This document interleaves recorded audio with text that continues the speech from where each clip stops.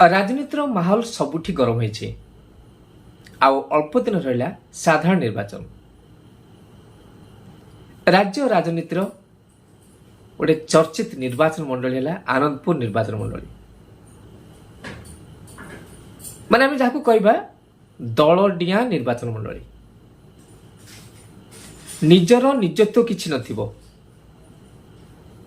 ଦଳଡିଆଁ ରାଜନୀତି ସବୁଠୁ ବେଳେ ଦେଖି ଆସିଛି 2009 ଠୁ 2024 ଭିତରେ। ଆପଣ ଅନୁଧ୍ୟାନ କରନ୍ତୁ, ଯେଉଁମାନେ ବି ଏଠି ବିଧାୟକ ହେଇଛନ୍ତି ଦଳ ଅଦଳ ବଦଳ କରି ବିଧାୟକ ହେଇଛନ୍ତି।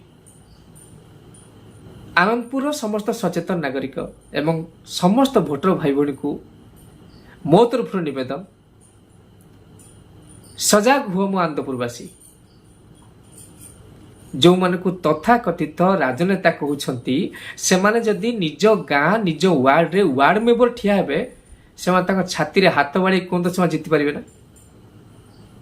ଆଉ ଦଳଡିଆଁ ରାଜନୀତି କେତେ ଦିନ? ସଚେତନ ଭୋଟର ଭାଇ ଭଉଣୀକୁ ମୋର ନିବେଦନ, ସଜାଗ ହୁଅ, ନିଜକୁ ବିକ୍ରି କରିଦିଅ ନା।